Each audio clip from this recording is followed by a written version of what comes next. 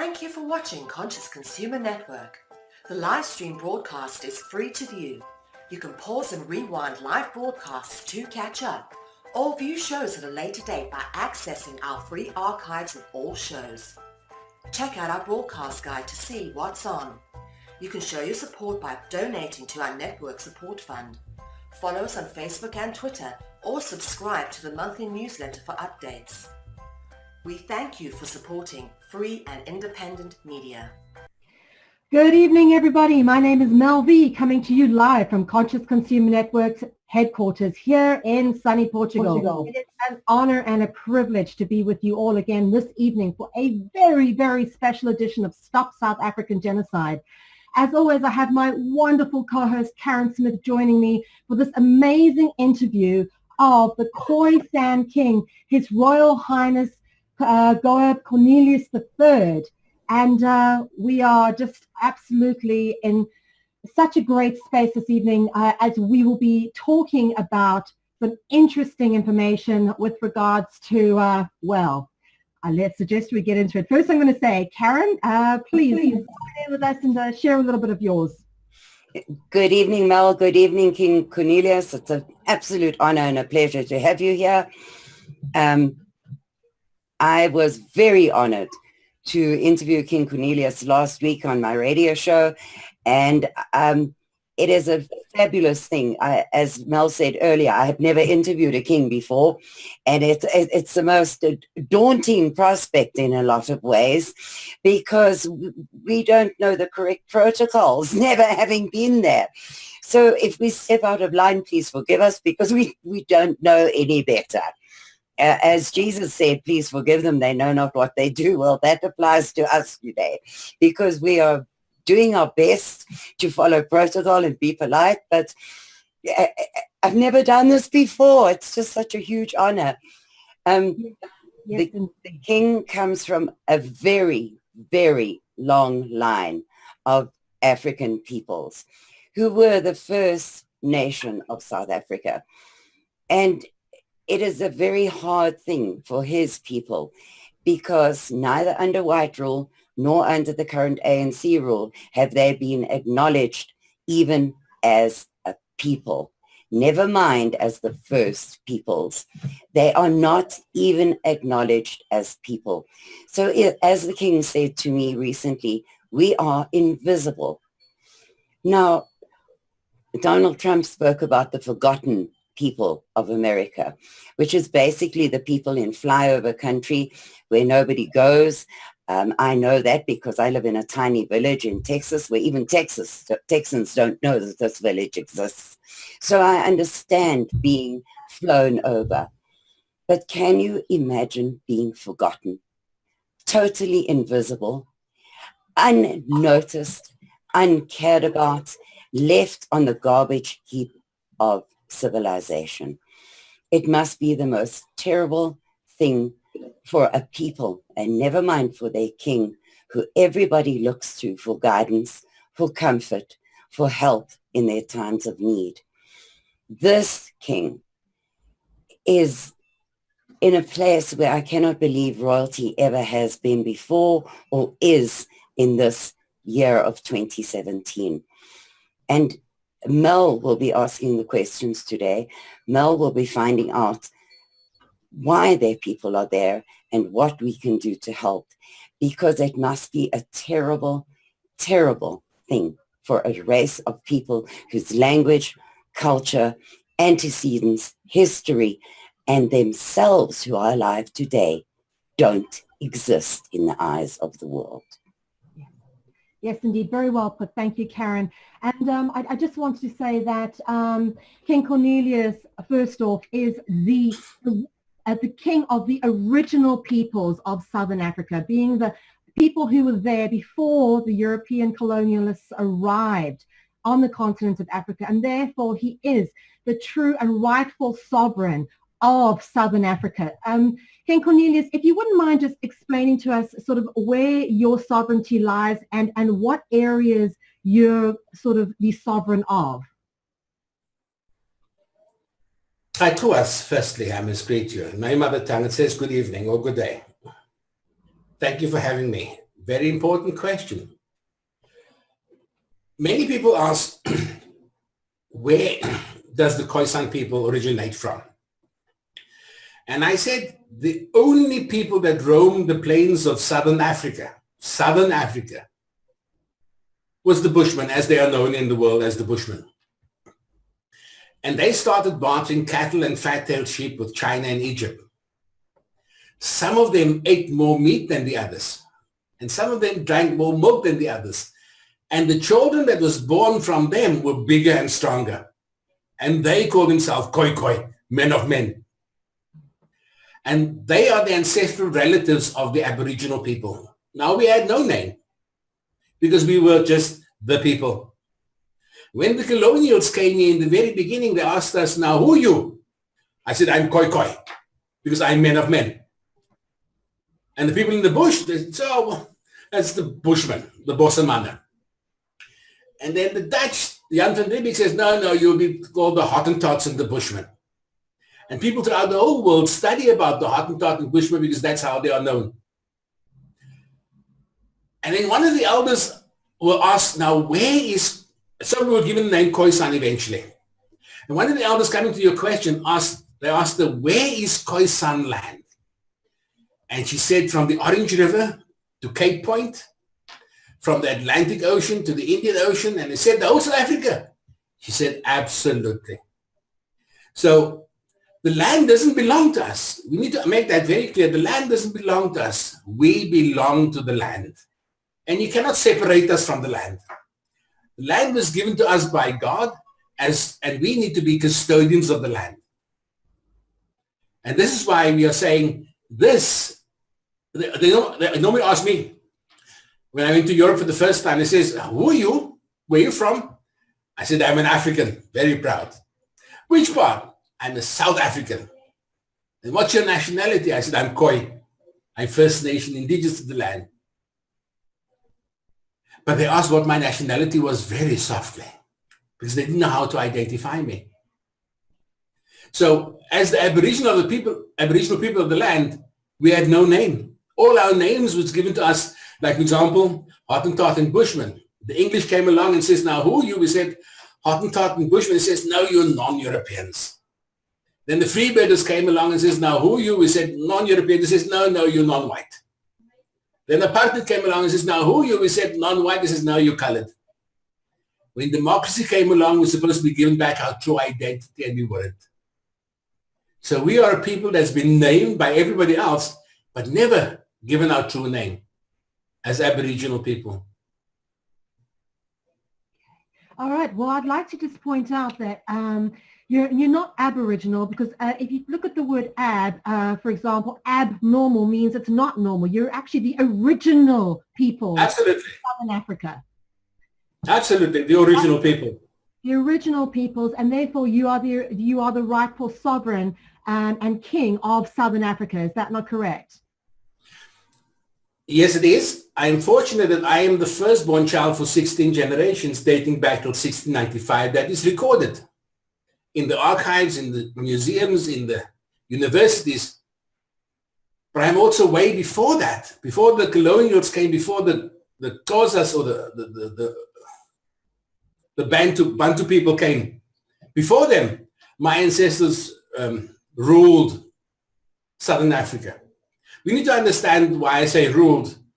South Africa was divided up into two monarchies of the Khoisan people. One was below the Fish River, and one was above the Fish River. The one above the Fish River was called the Khai Clown dynasty of the Khoi, the big defenders, protecting the Khoi from the invaders of Northern Africa. And below the Fish River was Jan Jonker Afrikaner. Afrikaner was given to him because they started the Afrikaans language as a bartering language in the Cape. And that is why they were given that was eventually became their clan name, Jan Jonker Afrikaner. And because of colonialism, they were pushed out of Cape Town. And they traveled all the way up along the west coast, fighting colonials, fighting the Redos and the Wambus from Southwest Africa. And eventually, at the end of all that, one of my great-grandfathers named the town called Klein Windhoek, which is Windhoek today. and his name was Jan Jonker Afrikaner.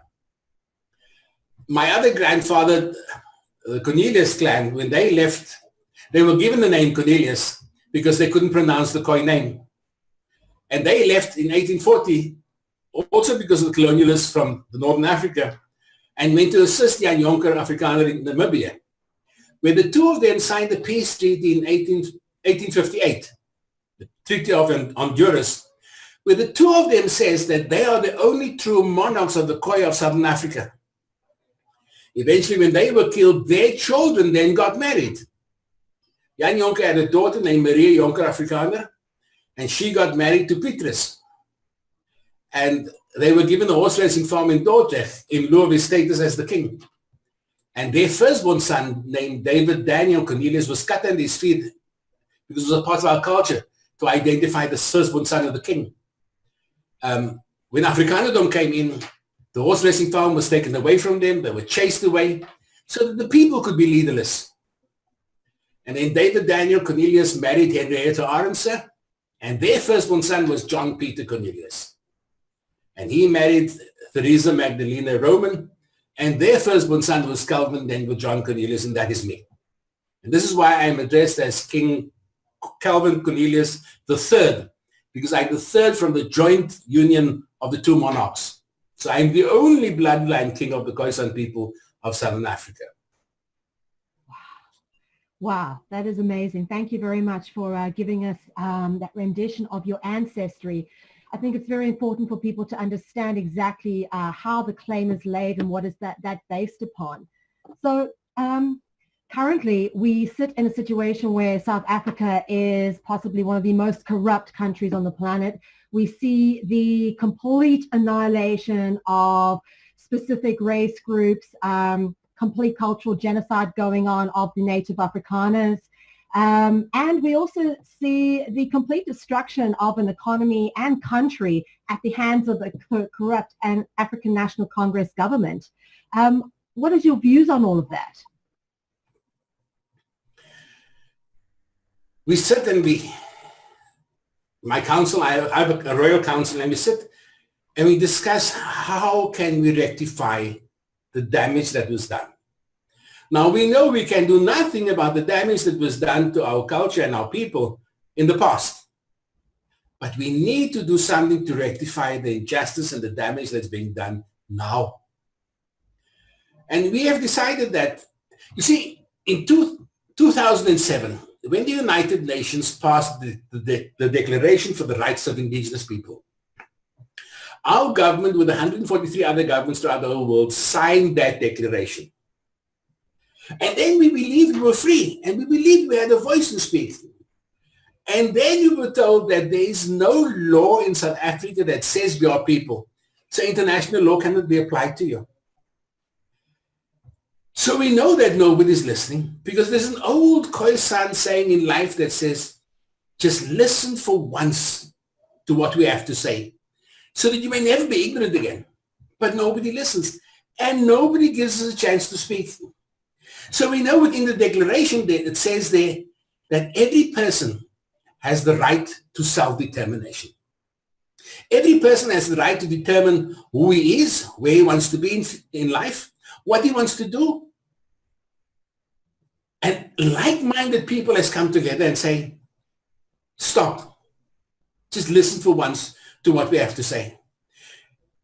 Often in life, when we look at children and we chastise the child and we say, you need to listen, and the child don't listen, then we need to take action to stop that child from hurting himself more.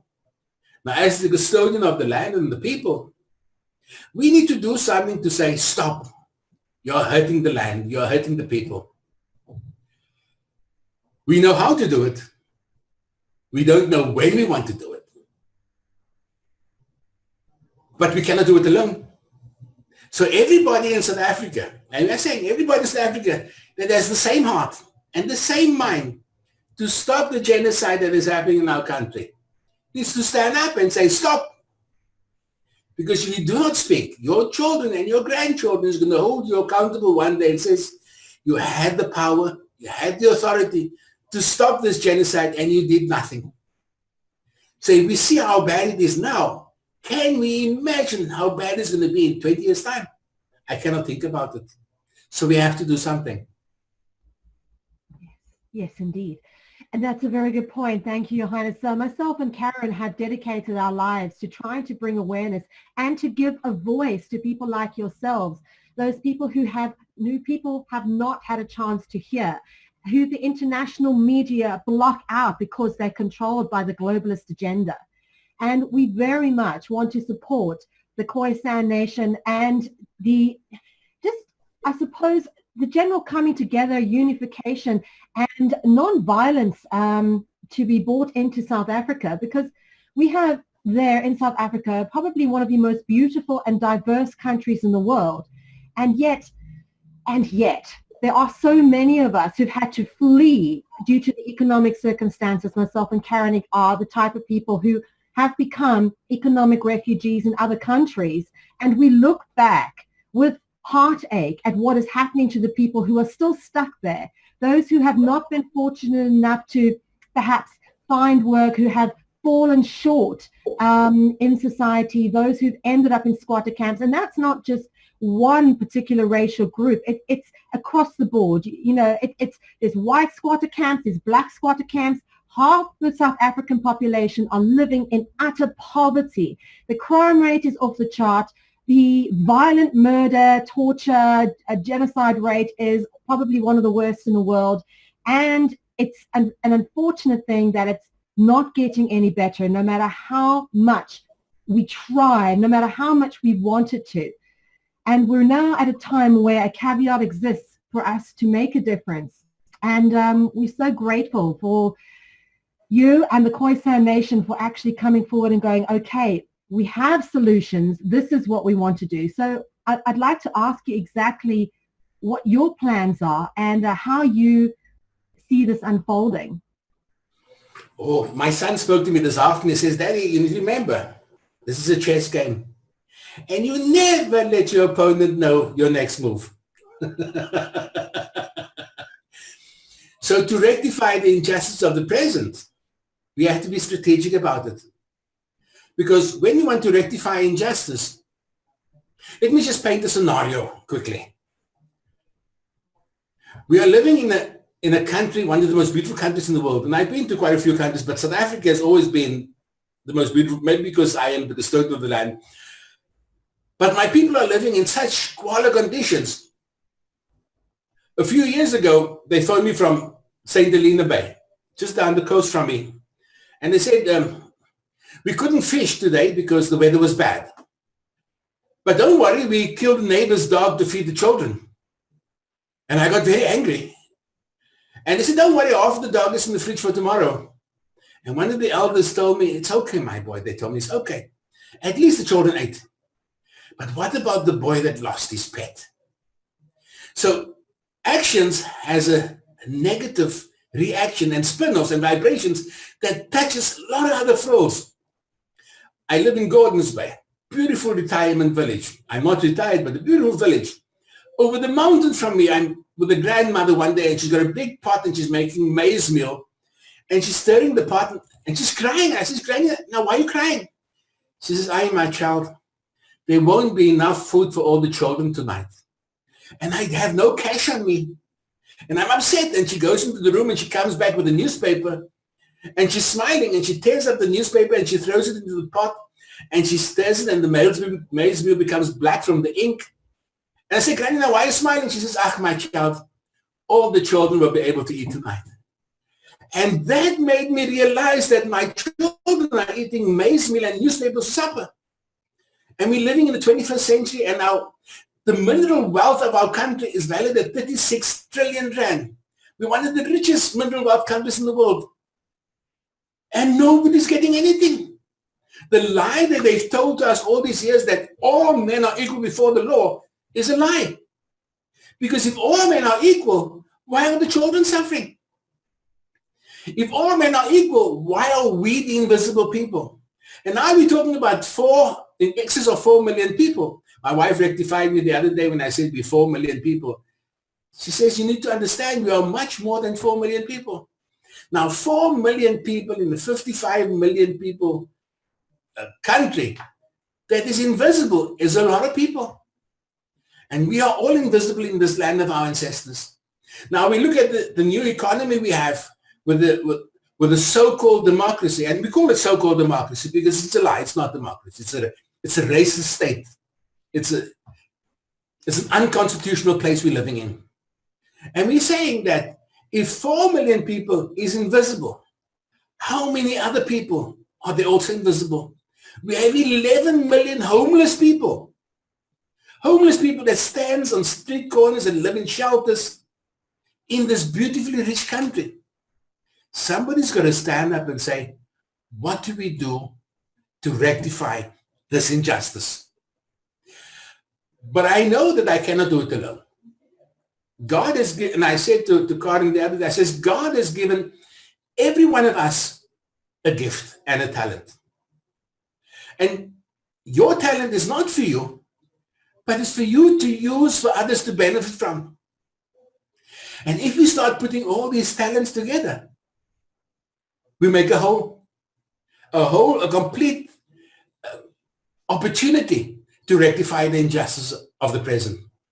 So I'm holding out my hands and saying, all those that have the same heart as I have, all those that have the same desire that my country, and I say my country because I am the custodian of this land, and I am the custodian of the people, whether they believe it or not, whether they white, black, like Karin said, even green, I am still their custodian.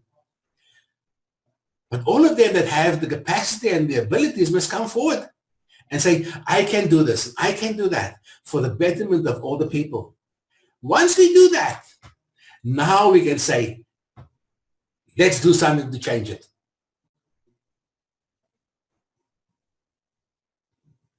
Yes, absolutely. And, you know, you've literally brought me to tears in saying that, because that is exactly how Karin and I feel, is that we all have to use our talents to sort the situation out. It's such a dire situation. We can't just sit around letting each day go by with more children going hungry, more suffering continuing, more violence, more corruption, more of our resources being channeled to a few people whilst many, many, many people suffer.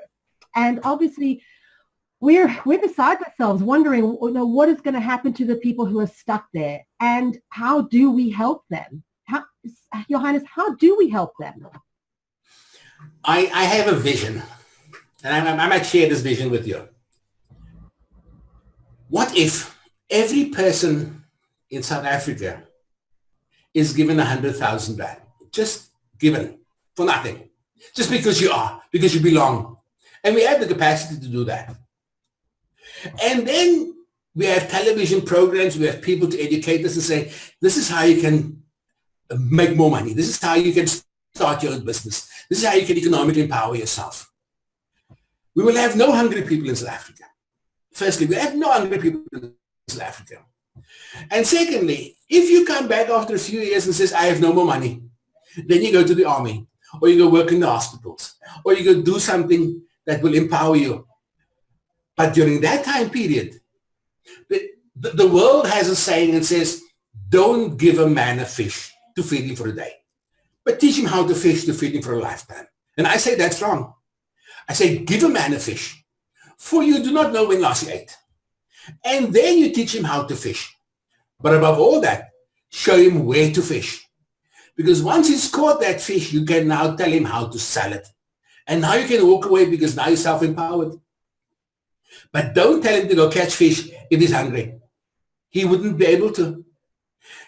I had this passion that I would give my last plate of food, or my plate of food, to somebody else and says, you rather have that. I know when last I ate. I don't know when last you ate.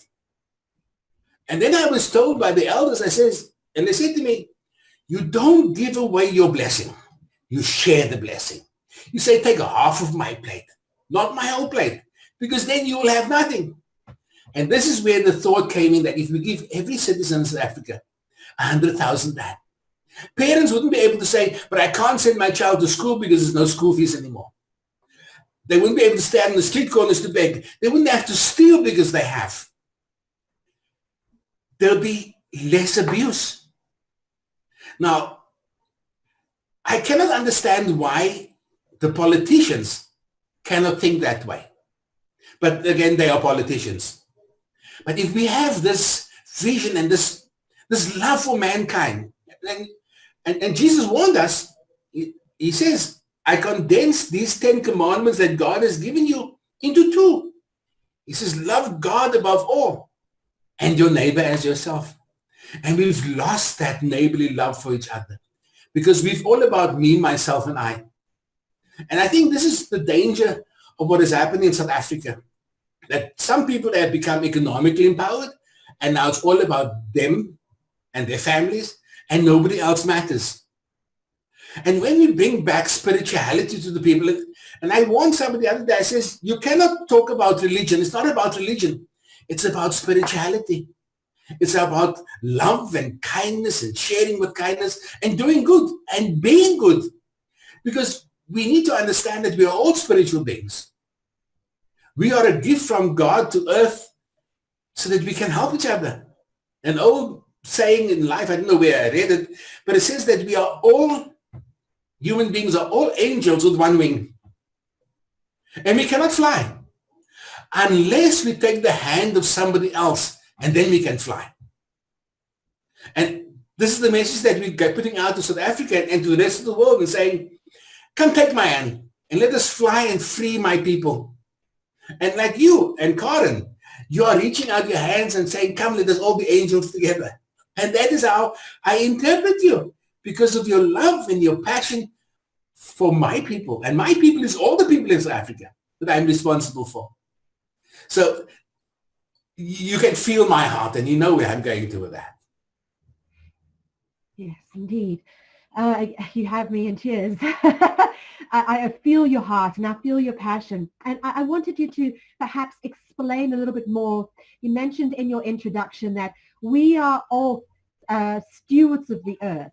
You know, we are here to look after the earth. And the average South African thinks that, you know, we own South Africa, we own land, you know, we control things. When actually we're not here to own and control. We're here to look after and steward this planet. There's 2 examples I can make for you. For example, in 2001, they wanted to build a private beach in the waterfront for the very rich. And the fisherman came to me and says, where are we going to fish from? This is our slip where we need to launch our boats from here. It's the safest place. If we go anywhere else along the coast, we'll drown. And they spoke to the politicians and nobody listened. And one Saturday morning, I went to the slipway and I annexed the land under international law. And it was in the Los Angeles Times and Swiss television programs, but throughout all South Africa, front page in the Saturday newspaper. And then I went to the United Nations and I read out the letter of annexation there in front of 900 different indigenous people and all government representatives in the world. And it was the first year that South African government ever made a presentation. But there I also mentioned all historically Khoi owned land that has historical value to us and spiritual value to us. And then in 2009, they wanted to sell a mountain in Hout Bay. Now, can you sell a mountain? But they wanted to sell a mountain in Hout Bay, and Oprah Winfrey and Donald Trump and Nelson Mandela Foundation and Tokyo Sequoia Foundation, they all came together to bid for this mountain. And the mountain was going to be sold for 77 million rand. I know Hout Bay. My people live on the mountain and they live from the mountain. And they kept this auction very, very quiet. The night before the auction, I heard about it. And we rushed up. My wife sent emails to all the NGOs and organizations and told them that I'm going to annex the mountain. And I went the morning on live television. I knocked a board in on the mountain in the rain. And I said, I, King Kuba Cornelius, annex this mountain under international law for the best people to live on and to live from. And then we came down the mountain. The police were there and they started getting aggressive. And I told Buczynski, who was the auctioneer, I said to them, you need to understand and make these people aware that whoever buys this mountain will be buying stolen property. And there's a law in the country, in our country, that says it is a criminal offense to be in possession of stolen property. But then the police started getting agitated and aggravated, and they started shooting tear gas and rubber bullets. And I put my wife and my son behind me, and I stood there because I've been standing there since 1976 with the first riots in South Africa for equal education. But a year later, I was invited, and I'll come to the point, a year later, I was invited to Germany. They had a genealogy and aerobic science conference with 55 scientists throughout the world. And they invited me because the theme of that conference was identity. And I was now the guest speaker. And while I was speaking to the mayor of Stuttgart, the Slovakian government representatives came in there and says, can we please stop the procedure? And I was very, what's happening? And they said, we study heraldry and we study genealogy. And we know in the olden times, the king used to run in front in battle. But never again we've seen it. But what we know of this king, that he stood in front of rubber bullets and tear gas to stop them from selling a mountain. And I was gobsmacked. And they said, we want to give him an award of bravery. And they put the award of bravery on my neck, and for the first time in my life, I was speechless. But then I realized what an impact we have in South Africa, the things we do in South Africa has on the rest of the world. Those that is interested in knowing what is happening. So if I stopped, not me, but my office, stopped them from selling a mountain, stop them from building a private beach. If we stand together, and when we stand together, we can stop them from abusing this land.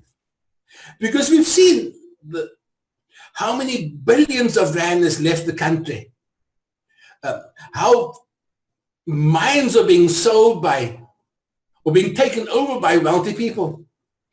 In the Northern Cape, my people have diamond mines, and a multinational company, extremely rich South African, comes and he buys the mines from them. And in a few months' time, they have no more money left. But he don't empower them. So now he's sitting with all the mineral wealth and is empowering himself more, and already he's one of the billionaires in South Africa. And we are saying, whoa, we need to stop this. We need to empower our people, and this is where the word comes in, the right to self-determination. Because if you know what you have, and you know where you're going to, and you can take somebody's hand that will show you how to do it, and how to do it properly, again, giving the man a fish, teaching him how to fish, all fits into the right to self-determination. So I think that is one of the things that we plan to do, is to stop the genocide. And people in the world think genocide is when you kill. But genocide is not only when you kill a person. Genocide is when you kill a person's hope. You kill a person's desire. You kill a person's longing. You kill a person's identity. You kill a person's self-worth. Then you're committing genocide. Now, we as people that understand God and understand love. Now, this is why the colonials could roam South Africa so easily and take over, because of we share. You come, I give, you take, but you never give back. And this is what is happening in South Africa now. That the ANC government has seen the opportunities. We all fought for freedom. They saw the opportunities, and now they're taking and they're taking and they're taking, and they're not giving back. That is how the first Khoi Dutch War started in 1658, with the colonials that are coming, and we gave and we expected them to give back, and they never gave. So we need to stand up and say, you need to stop this because you got a problem. Yes, for sure. I would like to ask a little bit more about the concept of self-determination from your perspective. This is obviously a term that gets bandied around and largely misunderstood. And in South Africa's past, when there have been efforts to create self-determining states such as the Bantustans, it was grossly misconstrued and spun out of proportion, and really it turned out to be something called apartheid, where a lot of rights were breached and horrible things were done, and it has been just so misunderstood by so many people. So give us your perspective on what self-determination means for the South African. The man on the street don't understand the concept of self-determination. He doesn't understand what self-determination is. He gets up, goes and look for work, spends the whole day away from home, comes back and says, I didn't find work. He has no self-determination, but he makes an effort. And I often say to my son, I said, you need to understand that effort and sacrifice always brings rewards. So, but I can't say intellectuals, but people that understand where they want to be, people that can understand right from wrong, are coming together now and saying, this is not how it's supposed to be.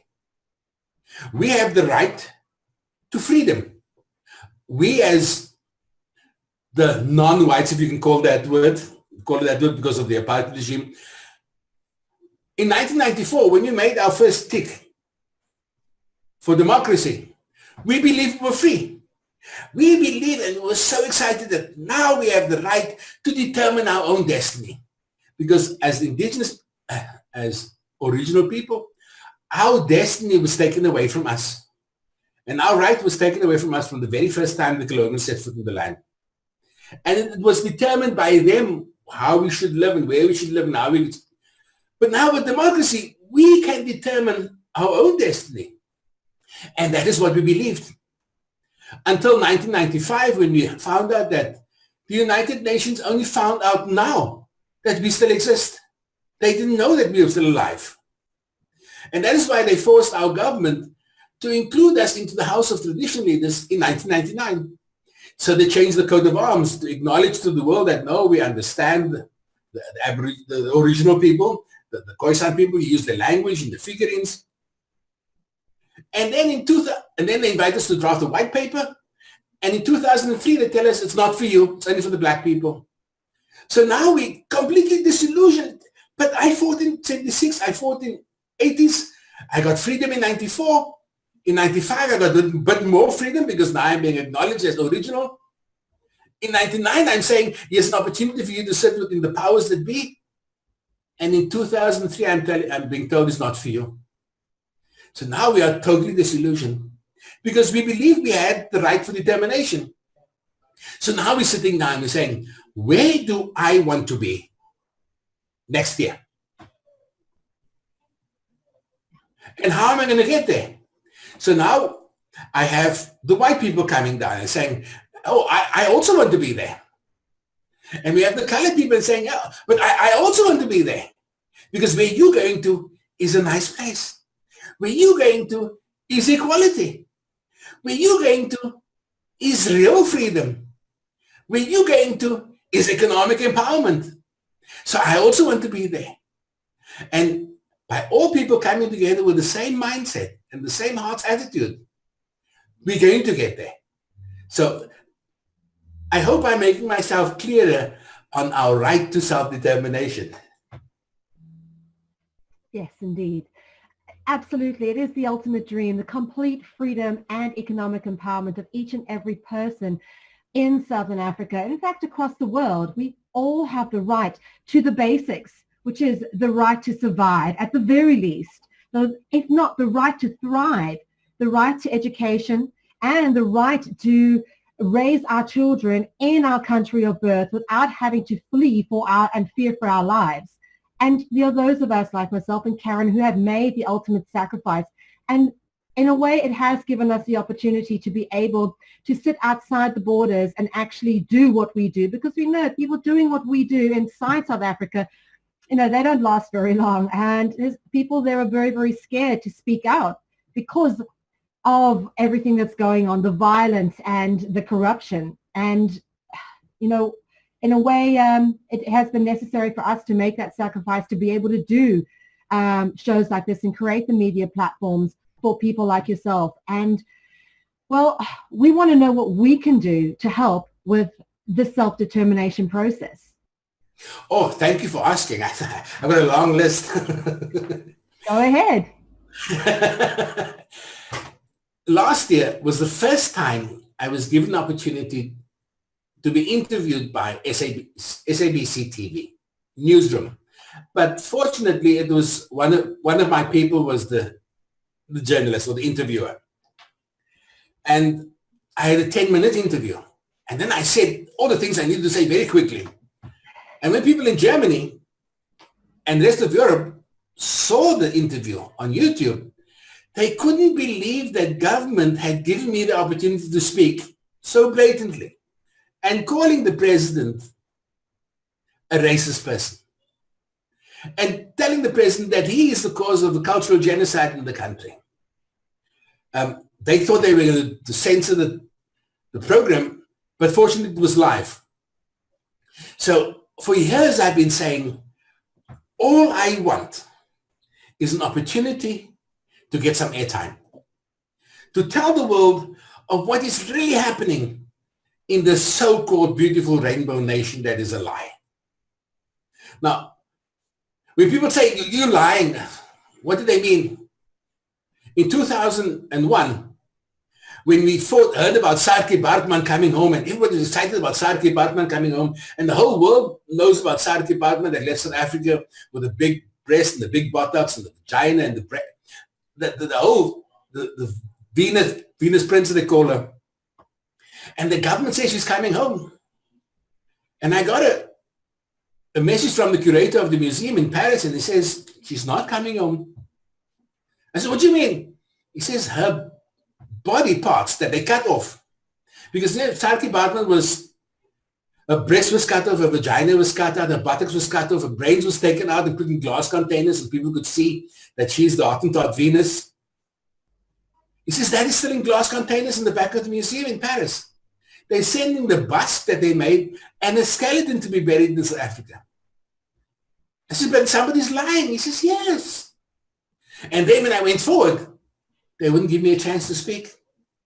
And I told him, I have proof. I went to Deborah Patter, and I called her, and I used the name Deborah Patter of Third Degree. And I wrote a letter to her. I says, Deborah, I have information, a video cassette of the Curator Museum, that because your program is very controversial, I have a video cassette saying that the remains of Saartjie Baartman is still in the museum, is not coming back. And she says to me, oh, unfortunately, that is too radical. We can't view it. We can't air it. It's too radical. And I couldn't, and now what you're telling me, I couldn't understand then what is too radical. But I understood later on that journalists and TV people are not allowed to do whatever they're supposed to do or want to do because they are controlled by the government. So by me getting a chance to speak out, in 2014 I was invited to the United Nations to receive the 20th Century King's Award of Achievement. I was one of 12 kings of Africa that was invited, but I was the only king of South Africa. And there was no media hype about it because I was the only king and the invisible king. And they wouldn't even compensate me to give me a plane fare or accommodation, nothing. Fortunately, I got a benefactor from Germany, and he paid for my plane fare through to New York, into the hotel. And when I got the award, I got a King's Award of Achievement, 20th Century King's Award of Achievement, a Congressional Award, Senatorial Award, and other awards. And I said to the American, I says, you know, the American says, we're the land of the free, we're the home of the brave, but you still draw the line at the N-word. In South Africa, we are saying we have the best democracy in the world. All men are equal before the law, except the Khoisan people. And they didn't understand what I was talking about. And I said to them, oh, but you people fought to get rid of apartheid. Oh, yes, we know about apartheid. I says, but you don't know that we're living in the reverse apartheid. We're living in an apartheid where the black man decides what is best for me. Where the black man decides how I should live my culture. He determines my culture for me, even though they stole from our culture. We don't have an opportunity to exercise our culture. The government has decided now that they will decide who is going to be the Khoisan chiefs in the land because they are getting paid for it by government. And I say to them, that is not our culture. The culture is that the king would appoint the chief, or the chief comes with his bloodline and says, this is my bloodline from my grandfather, my great-grandfather, and the king endorses that. The president has no authority over a culture. So these are the things that is happening in the country that we need to change. And you coming in and on a platform where I have airtime and can tell the world of what is really happening. Oh, it is a moment for me. It's a moment where I sit back and I thank God that he's brought you into my life so that my people can be saved. So thank you. It is our honor and a true privilege to be able to give whatever assistance we can, however humble this platform is, to you, to be able to get this message across. Because, you know, irrespective of what color we appear to be, inside, we are African, all right? We are Absolutely. African. Our heart beats with Africa, and we want to see South Africa, possibly the most wealthy country in the world, pull itself right.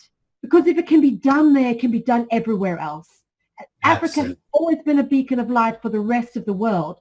So, yes, we want to help you as much as we can. And we're most certainly going to be circulating this information as far and wide as possible. But what is it that you'd like us to do? How else can we help you? Please give us some more information. In 2008, Jacob Zuma sent a delegation to my house saying, how can I help the Khoisan nation when I become president?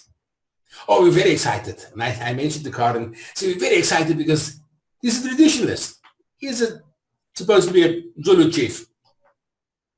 And we wrote down all the things that he can do and where we want to be.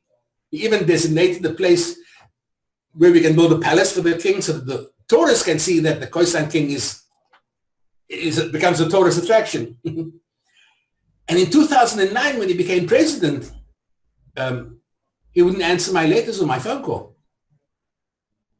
And in 2010, I went to the Human Rights Commission. I says, you know, we had an agreement with the president. And all I want him to do is answer me. Just answer me. Tell me, no, it's not viable anymore. Or yes, we can do it. It doesn't, just answer me. Because international law says that I am First Nation indigenous of the land. And they agreed to it. So he has to speak to me. And they told me that the Human Rights Commission in South Africa, their mandate is only for South African law. They don't have a mandate for international human rights law. I said, well, then you can't help me. He said, no, we can't. Now I went to the public protector because the public protector is supposed to be the watchdog of government. So I go to them, I send all the information. I says, this is what was promised, and nobody's answering. Because there's a thing within government that says Bato Pele. Bato Pele means if somebody greets you, greet him back. So if I make a written request to you, you have to answer me. I said, but the president is not going to get into Bato Pele. Oh, but you got to speak to the minister. I says, the minister never sent a delegation to my house. The president did. Oh, we will look into the matter. And nothing happened. And then one of my advisors says, now why didn't you go to court? So I go to the High Court in Cape Town, and I says, I want to lay a charge of cultural genocide against the president. And I got a case number. I couldn't believe it. I was so excited. It was a media hype in South Africa that the king has laid a charge of cultural genocide against the president, Jacob Zuma. Oh, and people came forward and says, how can we help? We had anthropologists from Stellenbosch University. We had political science students from Cape Town University coming forward and says, how can I add value? But we needed advocates. And then one of the benefactors came forward and says, I will pay for this. One of my people, I pay for this. Oh, and I said, oh, thank you, Lord. Now we're going places. And we got an advocate, we got senior counsel. Even Paul Hoffman was our senior counsel, one of the biggest advocates in South Africa. And we appeared before Judge Issa Mosa, who was late today. It was his swan song. He was going to be retired. And while the matter was still on the roll, we're sitting in the chambers of the advocate, and then an advocate from government walks in. And he says, well, you know, we want to settle this matter out of court. We're offering you 44 million rand. I says, how do I divide 44 million rand into 4 million people? I said, no, thank you. Let the justice take its course. Because the advocates are saying, we can't lose. There's no way we're going to lose this matter. Oh, we excited. A week later, our benefactor, who had all government contracts, lost all his contracts. So we couldn't pay the advocates. So the advocate says, well, you can't pay me, then we have to take the matter off the roll. So since 2010, the matter has been laying at court and cannot go on the roll because government knows that when we are not economically empowered, we cannot speak from a position of strength. So we are being economically suppressed. People in the world needs to understand that we as Africans are see, feel, and touch people. When you tell me you're going to do something, then I believe you. We have had so many promises of people saying, oh, we pledged to do that, and we pledged to give you a couple of million rand for your court case. And I said to them, do you understand that a couple of million rand is only $100,000? It's only $100,000. No, it's easy. We'll do that for you. You get the lawyers, advocates up, and you can take the matter forward. And nobody has come forward to assist us. And we're not standing begging. All we want is a helping hand. And Karin said it's a hand up, boy. But it's a helping hand so that we can go forward to rectify injustice. So if we don't, often we have to ask ourselves, what is our first priority? Do I feed a hungry child or do I fight for freedom?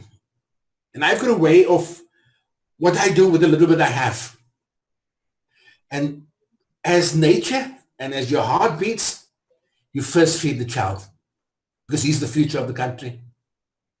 So we don't have the economic empowerment or enough financial capacity to take our matters to the legal system.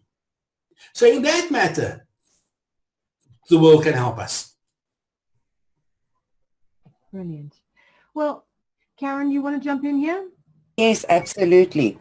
King Cornelius, we spoke, you know, I've been crying so much during this interview, I actually almost speechless, because you speak directly to my heart. You speak exactly of what I feel for the people of South Africa. They have all of them undergone such awful times, and this ANC government has rubbed them blind. I see that there are 58,000 jobs bitten the dust this year already. It's supposed to be 1 million by the end of the year. All the big corporations are leaving South Africa. 6 motor companies have left. Sutterford's has closed down. I mean, for the Americans, that's the Macy's of South Africa. They've been around 175 years. People Absolutely. all over South Africa to shop there. They've closed their doors because the country has been downgraded to junk status. Nobody's working. Unemployment is at 57%. The country is a mess. But in amongst all of that mess, certain minorities are downtrodden to below garbage. They are thrown, and it's a terrible thing to say, but it is the absolute truth. They have been thrown on the garbage heap of the world, and hopefully by the world forgotten about. So what the ANC government have done is they have thrown the white population literally onto garbage heaps. If anyone knows anything about Muncieville, they will know it's a garbage heap. They have thrown the poor white population onto that garbage heap, who are poor by no fault of their own, simply because of the color of their skin. They have done the same thing, just quicker and without the world noticing, to the Khoi people, the colored people of South Africa. They have always been at the bottom of the garbage heap, never mind on top of it, at the bottom of it. And it is brave of people like the King to stand up and say this far and no further. So, King Cornelius, you and your wife, Queen Jenny, have moved me beyond tears. And what I would like to know from you is how you've managed to find it in your heart to put your hand out to the self-same people who have treated you so badly through the centuries. For me, that you don't hate them and don't say, all right, this is not my land, but God gave me this land and I'm in charge of it and you must go away because that's what you did to me. How do you find it possible to be so kind, loving, and caring to people who, if it were me, I would feel they didn't deserve it? I'll answer you, Karin. And thank you for the question. You see, I'm smiling. When I was younger, I had the saying, so shall it be written, so shall it be done. I am the king, I've spoken. And the old people came to me and they said to me, my child, do you know what a king is? I said, yes. He's ordained by God to rule the people. And he says, yes. The king is the servant of God. He's the first servant of God. And when he's the servant of God, he needs to serve. But he's never subservient. And a servant is never arrogant. And then I realized what my purpose on this earth is. And as a servant of God, ordained by God, for the benefit of his people. Now, when God gave the land, and my ancestors were put in authority over the land, people came out of greed, out of ignorance, and they took, and they took, and they took. And the genocide that we experience, we cannot change that. We cannot rectify it. But the genocide that is happening now, and because God has blessed me with the understanding and with a kind heart, that I need to lead the people by example. Now, I walk with this kitty. You can see it every day. Now this kitty, my grandfather taught me how to fight with the kitty because I'm an African. I know how to fight with the kitty. And the red beads is the love and the vibrance I have in my heart to share. And the white beads is the peace I offer you. So you know I won't hurt you, even though I can, but I won't. And the gold beads is the truth that I speak. And these beads around my neck is made of seeds. So I preserve life. And the tooth is of a wild boar. I fear nothing other than God. Now, as God's servant, I put God first in my life. And when I put God first in my life, I am responsible to God for his people. And all the people in this land is my responsibility. So whether you're a murderer, the justice system will sort you out. Whether you're an abuser, the justice system will sort you out, should sort you out. If you're hungry, that's my job.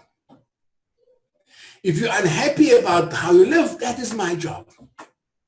Because the first thing I do is I ask you, what do you want me to do for you?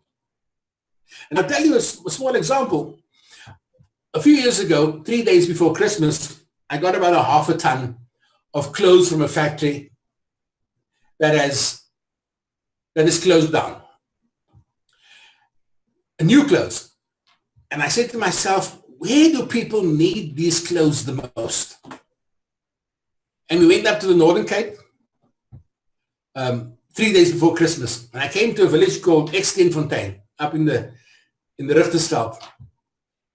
But I only had girl clothes, no boys' clothes. And I sat in the house with a mother and a son, 2 sons, and they were playing outside. And I asked them, what are you having for Christmas for lunch? So, we're having peanut butter and jam sandwiches. And I said, no, you can't have that. It's Christmas. And I looked in my wallet and I only had 360 rand. And I gave it, I said, please go buy Christmas food for your children. And she took the money. She said, thank you very much. She says, but is it okay if I go buy them clothes? I says, you're the mother. You decide what is best for your family. And she says, if I don't buy them clothes, their friends outside is going to tease them the whole year that they are the only children who never got new clothes. But nobody sees what I eat behind my closed doors. I says, you know what your needs are. You decide what is best for you. Then I went up to the Kgalagadi Game Reserve to David Kraper, the bushman. And I phoned him. I says, David, I'm coming. I said, do you have coffee? He says, no. I said, do you have tea? He says, no. I said, do you have food? He says, no. He says, but what you can do for me is bring a chocolate cake for the children. They've never eaten a chocolate cake ever in their life. So I stop off in Uppington, the town, and I buy a chocolate cake, and I buy coffee and sugar and water. And I ride to the desert, and the children are all excited. And they're standing in the queue waiting for the chocolate cake. And later I see some of them walk away dejected. And I said, now why are they so sad? And he said to me, there wasn't enough cake for their children. And they have never tasted chocolate cake ever in their life. And then I raised up my cup and I threw the water away. He says, please don't throw the water away. You don't understand, we're in the desert.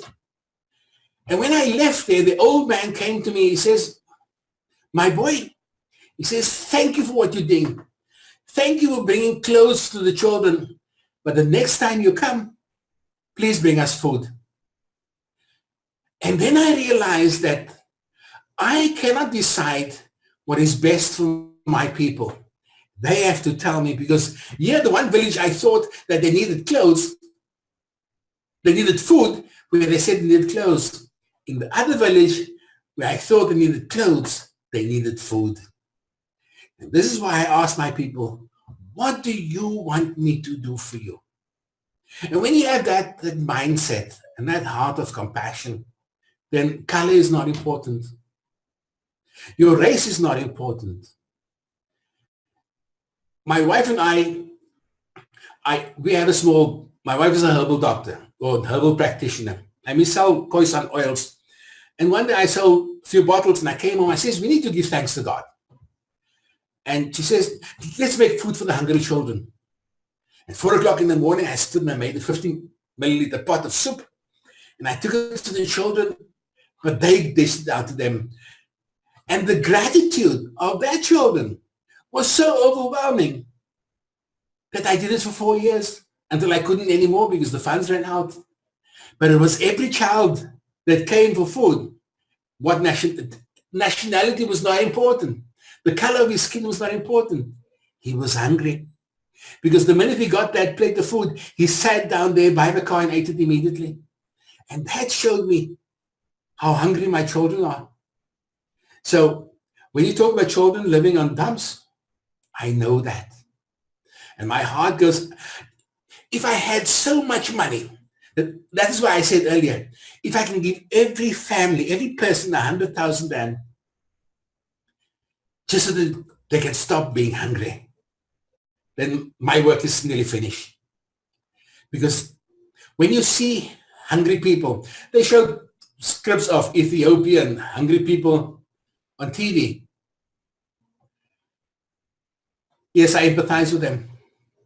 But when you see it in your own backyard, when you see it down the road, when you see it across the mountain or across the street, that affects you and that changes your mindset and your heart and says, how can I add value without causing harm? And that is my purpose in life, is to add value without causing harm. So I cannot cause harm. And this is why every person in this country becomes my responsibility. I hope that answers your question, Karin. I'm still crying about children who've never eaten chocolate cake. It's a thing I take for granted in my own life so much. I mean, I can go into my kitchen anytime I want and call my grandchildren over and we'll bake together. And we will mess flour and sugar and icing sugar and sprinkles and cherries all over the kitchen until I want to cry from the mess. But we have that freedom to go and do that any day that we want to. I cannot imagine children who don't know that small, simple pleasure of daily life of licking the chocolate icing out of the bowl with their chocolate-covered faces and their big grins. For me, it's heart sore to think that they don't even know what it is. Never mind go to the kitchen with their grandmother and do it. It hurts my heart so badly because there are things that I've taken for granted all my life, and I've never been rich. My parents had 5 children. We moved a lot. We were relatively poor, but we always had that. We always had a granny to go and bake with. We always had food on our table. It might not have been a luxurious meal, but we had food. And my heart has been broken for years about the white children in the squatter camps, because those eyes are so desperate and so empty. They have no hope. They don't know where their next meal's coming from. They don't know if they're going to sleep warm tonight. They're not being educated because the parents can't afford it. And now on top of that horror, I have the horror of your people who have centuries more of this ill treatment than we have had. And I can't bear it. King, I just can't bear it. My heart is breaking for the South African situation. We have got to get the world to stand up and do something to help, to contribute, to take notice, to just even look and acknowledge that there is a problem for all the children in South Africa. Even as you said, if they're green and come from Mars, they are suffering the same way. And if Mel and I can raise a big enough voice to make people pay attention, my life's work is done. I have done a good deal, because this is killing me. I can't bear it for the children. The adults, I kind of feel as an adult myself, I'm self-sufficient. I can more or less look after myself. But those poor, innocent babies that are the future of the world, to be treated in this way is horrific. And I can't tell you enough how much my heart goes out to you, because I can't stand this. So if we can help, and if we can raise funds, and if we can raise attention more than anything else to the plight of our people in South Africa, of all colors, all races, I will give my last breath to do that. Don't I really have a question for you, because I'm so heart sore. Thank you, Karin. I must just say, Kate, it is an honor to be able to work with someone like Karin who feels as deeply as I do, because we have suffered the ultimate price for nothing other than the color of our skin. Born in South Africa, marginalized for being white, having to flee. I have my whole family who still live there and who live in daily fear of losing everything, of having it all taken from them, all their hard work, because of the Land Reclamation Acts, because of the violence. And to live in that fear, I think, has to be one of the hardest things that you would have to endure, and to daily watch people being murdered on their farms, and seeing these farmers who are, responsible for creating the food that feeds the nation slowly being dissipated and genocided out. You kind of wonder what's going to happen when there's no food left. What's going to happen when one day mommy walks into Woolworths and there's nothing on the shelf? I mean, we have to do something now. We have to step up and we have to take action. What are you suggesting? I told you earlier, our future and our way forward for our right to self-determination is planned. It's planned. We have a plan. We have a plan. Believe me, we have a plan. I cannot tell you what the plan is,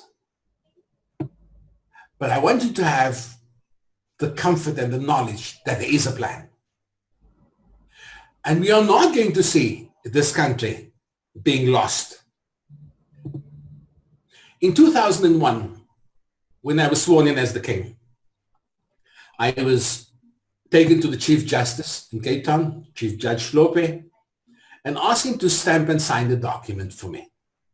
And he said, well, I'm too busy now and I'm short of judges, but go to the Chief Magistrate. He will stamp and sign it for you. And we go to the Chief Magistrate, Johan Venter, and eventually, after a lot of running around, he stamps and signs this document. And the document says that I, King Kuba Calvin Cornelius III, am the legal custodian of all Khoisan land of Southern Africa. And we go and we give out this document to all the ambassadors in South Africa from the whole world, inviting and welcoming them into our land. some of them took us serious and others didn't, because they know that there's no law in South Africa that says we are people. So that document cannot become a legal instrument until we are legislated as people.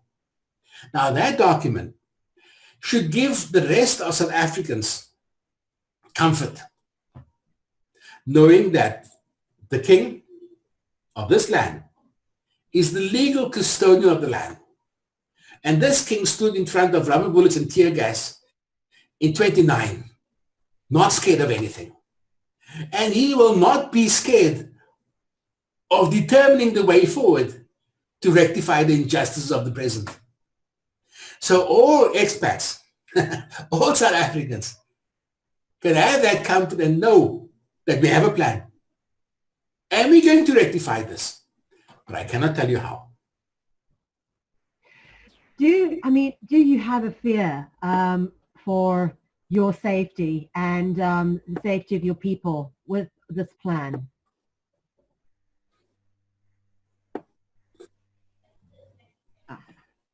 You're breaking up there for a minute. I couldn't get the question. I beg your pardon. What about your safety? I mean, are you safe? Do you have what about your people if you're going to go forward with trying to rectify the situation? I mean, there is such a massive control from the outside forces, such as the globalists who have a absolute fisthold over South Africa. How do you plan on staying safe through this all?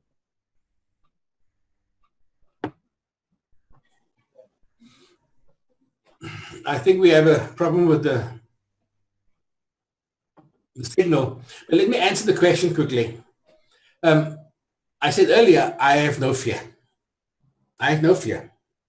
And my life is in God's hands. I know that. Nothing will happen to me unless God allows that. So I have no fear, but I'm cautious.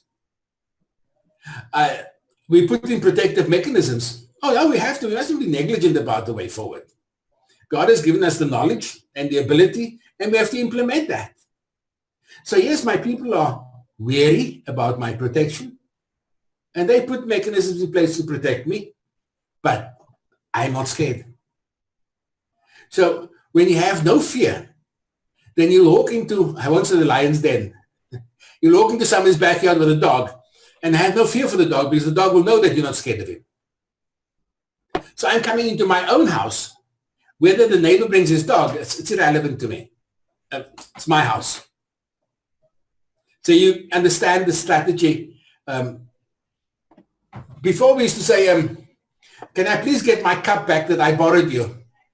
And now I'm saying, can I please take my cup? So I just take my cup because it is my cup. And this cup will feed so many people because I know how to do it. So we have a strategy of how we're going about it, but we're not vigilante or negligent or stupid. My son said to me this morning, he says, Daddy, life is like a chess game. Nobody knows your moves, but you have to think 5 moves ahead of the next person. And you need to be careful because your pawns are the ones that are the biggest, going to be hurt first.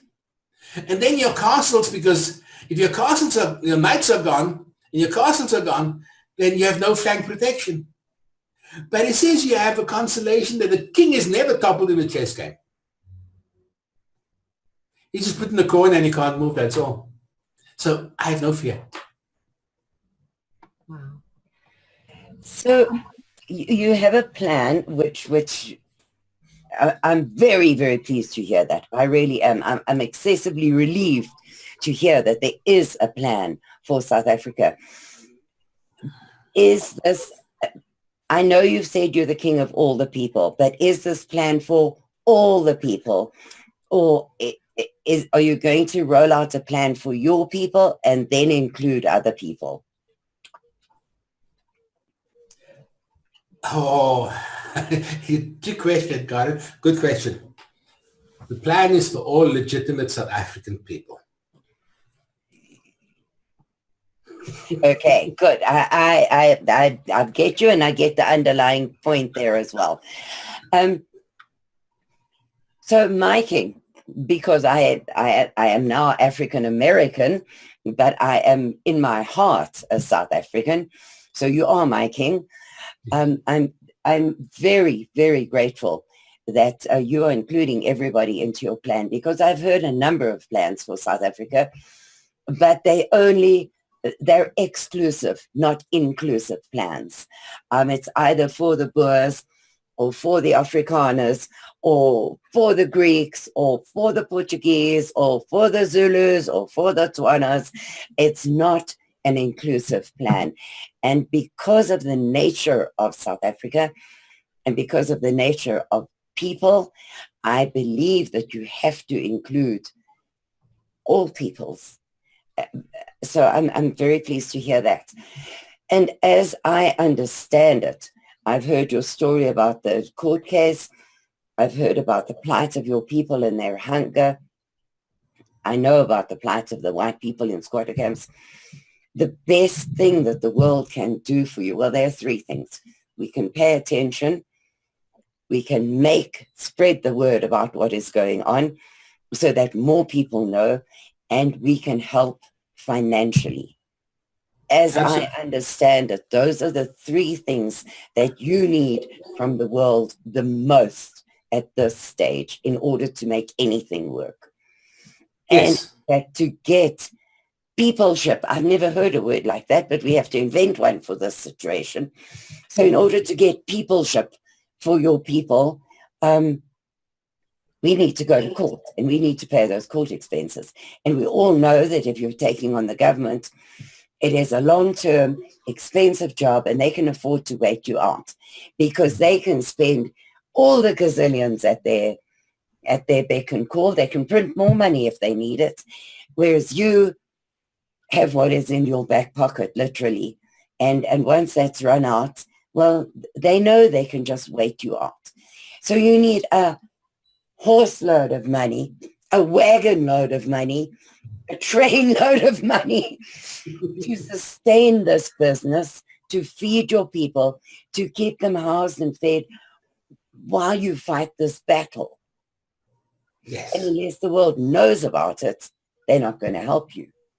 So you need those things. You need knowledge, recognition, and financial aid. Absolutely. Because we can send you prayers, but that's not going to pay for an attorney for you. So, I believe in the power of prayer. It has helped my own family many, many times out of very difficult situations that man could not help us. But it's not going to be, cash is not going to fall out of heaven and rain down on your head, as I see things. So those are the things I understand that you need most. So if we could help you with recognition, radio and TV time, and money, then we would be doing the best thing that we can at this moment to help South Africa as a whole. Absolutely. Absolutely. You'll be doing such a great service. You'll not believe what an impact we will have on the way forward. Because we are so... I said to somebody this morning, I say, don't tell me you need. When you tell me you need, you tell the universe that you're begging. You need to get an alternative word for need that I would like to have. Or can I have, please? So we are changing our mindset when it comes to I need. Because you don't need anymore. I would like to have. Or can you give me, please, because these are the things I want to do with it. We've learned in our short lifespan that, and we've seen from example how the government works, that there's no accountability. There's no transparency. So PricewaterhouseCoopers, one of the leading accounting firms in the world, drew up a trust document for us. And we called it the Khoisan Cultural Movement Trust. And the beneficiaries of this trust is all the Khoisan people and all the people. Those are the beneficiaries of the trust. And that trust was created in 2002 already. And some people have given money for a specific project, and that money was used for that project only. And PricewaterhouseCoopers kept our books for us, so that nobody can point the finger at us. This is how we gave and you wasted it. The other day when I spoke, we heard that a German doctor in South Africa got 7 million rand from an American company on behalf of the Khoisan people. And I said to him, now, where's the money? He said, no, it's for the Khoisan people. I said, I'm the king. He said, but this is not, it's for a project. We need to understand for a project. And the money is allocated for that particular project, so I can't give it to you. I said, well, I'm custodian of the project. He said, no. The paperwork says that I'm in charge of the project. So now people are becoming wary that, oh, we're giving money for the Khoisan people, but they never get it. And this is one of our concerns, and this is why we've put in place infrastructures in South Africa and saying that when you give the monies will go into this account, and there will be people, educated people with knowledge of how to keep accountability, how that money must be transparent for the purpose that it's intended, so that nobody can point the finger at us. And this is so important in our life. I say to my son, I thank God that the Lord has allowed me to live a life where nobody can point the finger at me for the things I said and the things I've done. And I says, if we can live a life of example that others can learn from, then we can change their mindset. So when people start giving money and see what we do with the money, because they will see what we do with the money, believe me, they will see. Then the flowing of the money will come more. But we are saying, please give. Please give. Feel free to give, because the monies that you give will not be wasted. Will be for the benefit of every citizen of Africa, to help to get us on our path for the right to self-determination. The creation of a fair, just, peaceful, sustainable world is simply not possible unless everybody is included. And Johannes, this is one of the things that really appeals to me about what you're doing, is that it is everybody in Southern Africa that is included. And I do want to say that for the international audience who may be watching this again, and I do point this out very often, you need to understand just how important South Africa is in the global situation in terms of, first off, number of the resources that have been mined out of South Africa are responsible for the creation of roundtable groups which have behind the scenes been manipulating the course of history, politics, through things like the Trilateral Commission, through things like the Bilderberg Group. Cecil John Rhodes set up trusts specifically to fund these behind-the-scene organizations that have been manipulating the finances, that have been forcing South Africa into debt through things like the International Monetary Fund, through things like the World Bank and the international settlements. Now, we need to understand South Africa has enough resources within it to feed, house, clothe, medically care for, and educate every single person on this planet. That is how rich the country is, not just Africa. And also, because of that, South Africa has therefore been used as a political testing ground, which means that what you see happening in South Africa will soon be, or is already happening in other parts of the world, which is why it's important that the rest of the world pay attention to what's going on and step up and help now at the root and the heart of this very problem.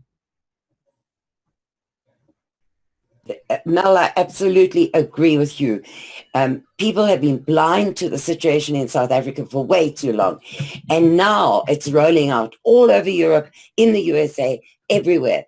That same barbarity, violence, gimme thing that we've lived with forever is happening everywhere now. And we need to put a stop to it. And the place to start is South Africa.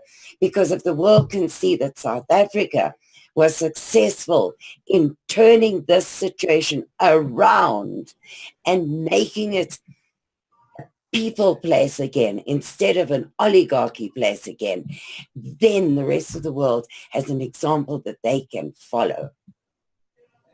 Yes, absolutely, Karen. That's what it's all about, is setting that example, because we can. And hopefully, here we have the great honor of interviewing the King of Southern Africa. And you have the rightful rule of the country, but you actually come at it from a point of view that we are not, that we as people of the world are not owners. We cannot decide, that we're going to rip minerals out the earth and keep them in our pockets. We are actually stewards of the earth. We are here to help, to look after each other, to co-create, to unite on our common ground, which is the pursuit of a fair, just, peaceful, sustainable world.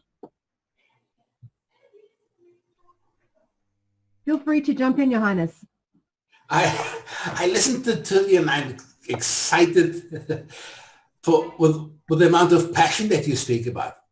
And while you were talking, I was thinking about South Africa has passed a law called Black Economic Empowerment, BEE, or BBBE, whatever it's called. And they told the white companies that you have to give a portion of your company to a black person. And a lot of white companies closed down and lost their businesses because they just came and took. And in the beginning, I smiled because I said, now they can understand what it feels like when things are just taken away from them. That was in the beginning. My heart has changed since because I saw the damage. Because when you work hard for what you have and others come and just take it away from you, it's painful. And then now we have an opportunity categorized as black in South Africa, fall under the BEE project. But we don't qualify. As Khoisan people, we don't qualify to be part of BEE. And then they took it and they rubbed salt in our wounds when they made the Chinese black in South Africa. True as God.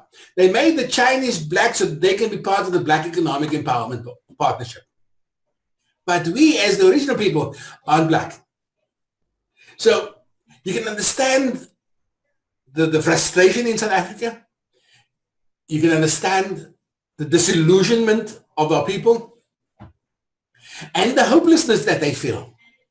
Because our government passes laws to their benefit only. And the man in the street never benefits from it. And we have an idea and says, why couldn't they make it community economic empowerment instead of black economic empowerment? If they had made it community economic empowerment, any business owner would have given a portion of his company and says, this is for the benefit of this community. And it then reaps the profits of it, put the money into a trust account for the community, where the elders in the community sees and manages the trust for the needs of the community. But now you have one black man that eventually becomes a billionaire in South Africa because he started with the BEE project. And he's untouchable, and he's unapproachable. Nobody can speak to him because you pick up the phone and you phone his office, they ask you, what do you want? And I found it one day because we have a medicine in South Africa that heals TB within 1 month. 27 herbs combined scientifically. And I know he has 33,000 miners working in his mines. This is a black man that owns mines where 33,000 people works in his mines. And a lot of them have TB. And I phoned his office, they asked me, what do you want? What do you want from him? I said, I want nothing from him. I want to give him something that he can give his people, and then we can have a business arrangement. Never got back to me because it was nothing in his pocket for him. Now, we've learned this in South Africa, that if I cannot benefit your back pocket, I want nothing to do with you. If I cannot politically enhance your future, then I want nothing to do with you. And this is what is happening in South Africa, that all those people that have knowledge, have ability, is pushed aside because they cannot add value for where South Africa is now. So the people are frustrated with life in South Africa. And a lot of them are leaving, but they can't really go because, like your heart, They are true Africans born from the soil, and they want to stay here. I heard a letter read to me by one person from a South African, and he says, "This is not my motherland. It's the land I was born out of. I belong here. I am part of this land. I can move, but I don't want to move because it's the most beautiful place on earth. It's the cradle of mankind. It's the place that God created for man. So if I am here, I've been here for a purpose. I've been put here for a purpose. If I leave, I'm not fulfilling my purpose. How can I help?" And these are the questions people are asking nowadays. How can I help? But they are so disillusioned with politics. They are so disillusioned with people with false agendas that they don't know who to trust anymore. And because I never got any airtime in South Africa, very few people know. They might have heard of me, but very few people know what my heart is. And now you come and you bring this out to the world, and everybody out there that has access to Zoom and access to the internet can latch onto this and understand that they're safe when they're here. They don't have to run away. Things are going to change. Things are going to change for the betterment for all citizens in South Africa. That is a huge promise, King Cornelius, a really huge promise. And I truly think that your plan can and must work. Because given the situation in South Africa right now, things are at a critical juncture. I've been watching. I lived there for most of my life, for half a century. I have been watching since I was outside of the country. Things have escalated, gotten worse at a faster and faster pace until, as an observer, you cannot keep up anymore. There's just so much going wrong in South Africa. No one person can keep on top of it.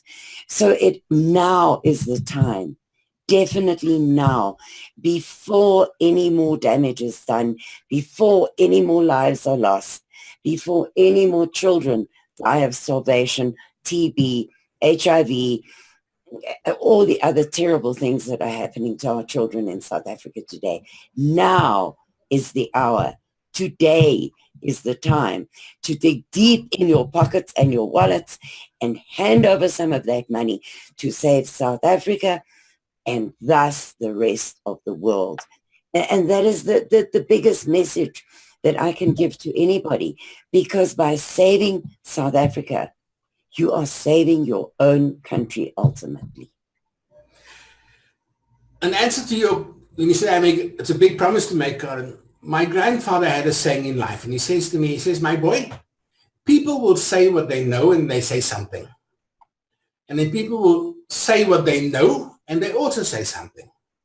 He says, "But you always say what you know and know what you say, because then you're saying a lot." Now, when I speak what I know, and I know what I speak. So it gives you people, your expats and all the people in South Africa, gives you the comfort that we have a plan. We're going to rectify the injustice. Every citizen in South Africa will feel that he belongs and he's part of. And that every single person will have their own right to determine their future. But within guidelines. We need to understand, we got to put guidelines down that we got to live by God's law. Firstly, it's very, very important. If you don't live by God's law, you live in anarchy. And I say to somebody, you need to understand that every person of the book is God's people. And every person belongs to God. Everything that is life belongs to God. So when we preserve life, we honor God. So our plan is that there shouldn't be murder. Our plan is that there shouldn't be killings. These are plans that we're trying to put in place. So we're not going to be a heavenly state. Forget about it. We're Africans. but we're going to be a place where we live by God's law. We respect each other. Because when you respect yourself firstly, you won't harm another person. Because you have that thing about you that I am. And this is what's so nice that I tell people, I'm First Nation Indigenous. I am, like I was told, I'm not Aboriginal, I am original. So that gives me pride. And when I say I am Khoi, I am man of men, I fear nothing other than God, my creator. Now, when people have that mindset and everybody can say, I am part of this nation, I belong here, then why do I have to take from you if I am already? And when we can instill that love and unity, not everybody's going to love. They can be sure of that. But unity, knowing that I am part of, that gives you strength to overcome anything that's going to come your way. So when, like I said earlier, when everybody comes around that says, I can and I can and I can bring, and they come, we put our hands together and we say, now, let's make the changes that's necessary. We know how to do it. We know what to do. We must just determine the when. We must just determine the when. So I'm excited about the two of you and what you're doing. My heart, an old Indian used to say, he says, my heart feels like the eagle has gripped hold of it and is trying to fly away with it. And it's right up in my chest and it's fluttering. And I'm excited because I see the passion with what you're doing and how you're doing it. And you will not realize the impact that you are having on the rest of the world for the benefit of the people in South Africa. You'll not believe it. It's big. Because some of the people listen to your radio interview with me, Karin, and they were excited. When did this happen? How did it happen? Wow, that was the response from it. And now when they see this, oh, my heart is overwhelmed. I'm truly thankful. King Cornelius, we are grateful to you because, as I said to you after the last interview, I feel almost guilty that I didn't know the history of your people, that I hadn't studied it, that I didn't realize how badly treated you have been through the centuries. And it has been plaguing me that I, who consider myself a fairly well-read, interested in history, aware of the situation in South Africa, didn't know this. So if I, who do a lot of research on South Africa, didn't know it, how is anybody else expected to know? The man who goes to work every morning, he listens to the news for half an hour at night, and then he goes to bed and does it all again tomorrow. How will he know? Nobody's telling him. So it's a kind of mel in my eye. We made it our mission many years ago to draw attention to South Africa. And your cause has got such a big place in my heart that I intend to do the best I can to make people aware of that. And the fact that you, the king, the man of all men, the king of the men of men, is willing to come and talk to me, who really, I'm a gray-haired old granny who lives in a little village in Texas. I'm a nobody. And that you are willing to talk to me and explain to me the plight of your people and how you feel the great love you have for our country and our people. It is such an honor. I went to bed the other night saying, I spoke to a king and queen today. Can you believe that? How many people do that in their lifetime? And I spoke to both today. It is such a big thing. But more than that, the story of your people, the bigness of your heart, the huge driving need of your cause. If I could do more, if I could devote 24 hours a day to it, I would be willing to do that because the need is enormous. Your heart is big enough. They say your heart is like an African taxi. always room for one more. And that's kind of how you seem to me, is that there's always room for one more. And Queen Jenny as well. You are the most astonishing, loving, peaceful people it has ever been my honor to meet. And I'm so grateful to be part of this huge movement to save South Africa from these demonic, evil forces that are ruling it right now. Thank you very much, Karin. Let me answer you quickly, Karin. I was fortunate to be groomed by my grandfather and my great-grandmother. My great-grandmother, Maria Jonker Afrikaner, died at the age of 99 and I was 13 years old. My grandfather died at the age of 85. At 83, he was still riding a bicycle with me. My father is still alive, he was 80 years old. And I've been groomed from the age of 13 years old to be the king without me being aware of it. And all these stories from my ancestors being handed down from generation to generation has taken away most of the anger that my people had lived through all their life. My grandfather lived during Afrikanerdom and apartheid. My father during apartheid. I was born during the apartheid, but I was born free because of the knowledge and grooming of my grandparents and great-grandparents and my father. And a few months ago, I sat down and I realized that this is why I was born. I was born to free my people. And I don't equate myself to Moses, but I was born for that purpose, to get my people out of the yoke of captivity, the yoke of the African National Congress, because they have become a yoke for us. And there's a word that says when you unevenly yoke, you're going nowhere.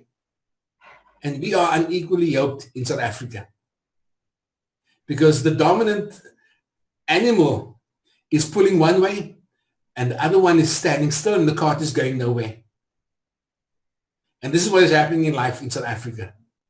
We are not moving anywhere because we are not equally yoked. So, thank you very much, Karin. I would just like to say, myself, I feel exactly the same as Karin, and it's an honor and a privilege for me as well to be able to take this interview and share this information with the world. And certainly myself and Karin and the rest of our network will be getting behind this cause, and we'll most certainly be passing this information as far and wide. I mean, the work doesn't stop here. It's going to be behind the scenes, letting everybody know what is truly going on, and also bringing attention to the fact that, yes, there is a plan and there is a true rightful ruler stroke sovereign of South Africa who has a heart and who understands the bigger picture, and it is all inclusive, nobody left behind. It's everybody, and that it is all based on the creation of a better world, the better South Africa for all the people, even the expats.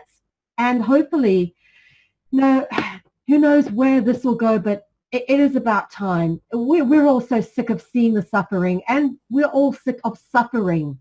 We all want the change, and it is truly an honor to be able to sit here and feel that we finally might be getting somewhere. I mean, Karin and I have spoken to so many people over the years, everybody coming with their little view of how they want to do it, but no one actually thinking about the bigger picture, including everybody. It's this little group and that little group, and that doesn't work. You know, every man for himself has never worked. We need to think of everybody, and the fact that you are shows me that this is absolutely what we need to get behind. So for everybody listening, this is probably the most important interview of the many hundreds that I've ever done. So please pay attention to what is going on here today, because this is a milestone in history that is just, if we all get behind this, we can do this. We can make the difference that is needed on this planet and in South Africa right now. Mel, from my point of view, we are literally in the process of saving the world by example. And if we cannot get people to get behind this, then I just feel they deserve what's coming their way, because I'm sorry, and that's mean and mean-spirited, but I can't feel any other way. Either get behind saving or get out the way, one or the other. So Mel will be putting up a donations page very soon. Please, I beg you, all over the world, whoever you are, if you have 2 cents to rub together, please donate to saving these people, this country, and after that, your own futures. Please, please, please. All right, we're coming up to the 10-minute left mark. I just wanted to give the King a caveat for any closing comments that you might have. Oh, I'm so overwhelmed. It is a tender moment for me, knowing that I'm not the only one that cares.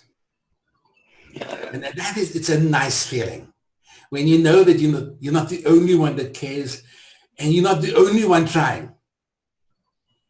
And you have created a place in my heart for you, for the things that you're doing for my people. And everyone that is going to give, and I know they're going to give. And I said to Karin on the radio show, even if you feel you can't give money, send us your love. Say a prayer for us. Because when you put it into the universe, and we know about the law of attraction, give love, it vibrates back to you. So when you give it to us, we know what to do with it, because we are loving creatures. We are loving people. And we can give back much more than what you're giving to us. And we've shown it all our life. But to the 2 of you and the people behind the scenes, I said to Karin, we have 3 words. I think we're the only language in the world that has 3 words to say thank you. If I say guns, I say thanks. If I say kaios, I say big thank you. And when I say tamako, I say thank you with deep gratitude. And to the 2 of you and everybody helping you, tamako, for what you're doing for me and my people. It's an honor to be allowed to do this, King Cornelius. And thank you for making a place in your life and in your heart for us, because our heart for our country is so big. Our love for our people is so big. And thank you for loving them as well as your own people, because it's just overwhelming for me. Yes, indeed. It is an honor and a privilege to be a part of this at this time. And, as we said, we are going to do as much as we can to try and make this happen. So thank you very much for your time and your attention and sharing your information and story, as well as the plan that you have to create the change that is so necessary and needed at this time. It really, it's very inspiring. It's very seldom that I'm this tearful at the end of an interview, but it is really heartfelt. And for every person out there who's watching, please pay attention, watch this space. There is so much happening on this front. And we're certainly going to be following it every step of the way and giving as much support to this cause as we can on every level. So I think we're going to bring this to a conclusion. Karin, is there anything else you'd like to say? I don't think I'm capable. King Cornelius, is there anything else you'd like to say? For now, that would be all. Thank you very much. Brilliant. All right, guys. This has been another episode, yet the most epic episode of Stop South African Genocide that we've ever produced here on Conscious Consumer Network. And we look forward to following this story and creating the change that is so desperately needed. And it starts right here with each and every person who watches this. Look into your heart. Know that this is a real thing. Karin and I have spoken with so many people over the years who've had big ideas, and this is the one that we absolutely get behind and say, this is where it's at, people. This is legitimate. This has the potential to create the ripple effect around the world that is needed at this time. So You know, it's up to everybody to get involved and put your hearts, thoughts and prayers into this. We certainly will be doing so. And on that note, I'm going to end the show for tonight and say thank you very much to Your Royal Highness King Cornelius III for joining us. It is an honor and a privilege to be with you. And thank you to the Queen as well for joining us. I know she's in the background listening. And of course, a big thank you to Mr. Devon behind the scenes for helping out with facilitating this interview. And of course, my most gracious and esteemed co-host, Karin Smith. You are an absolute legend, and it is such a privilege to be able to host this space with you. Thank you so much. And we'll see you all again here on Conscious Consumer Network. That is it from me, Mel V. Take care. If we want to change the world, we must first change the media. Mainstream media exists for the purposes of indoctrination and manipulation of public perception. The world of free and independent media is growing, and with the upsurge in information now available in the public domain, it has never been easier to access free and independent media. The exploration of this information resulted in an experimental project which would provide a fully supported space for researchers, whistleblowers, and seekers of all kinds to express themselves and educate the world. On the 1st of January 2015, Conscious Consumer Network was launched to the world. Nobody thought we would make it this far, but CCN is the longest running free and independent media network of its kind. CCN is a unique collaboration of hearts and souls, bringing you information from different perspectives to educate and inform.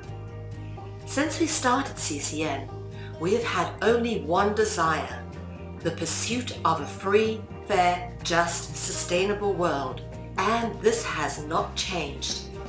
Having overcome many challenges over the last 2 years, CCN is here to stay, and we've got great things lined up for 2017. Help keep CCN on the air by supporting the 2017 Network Support Fund.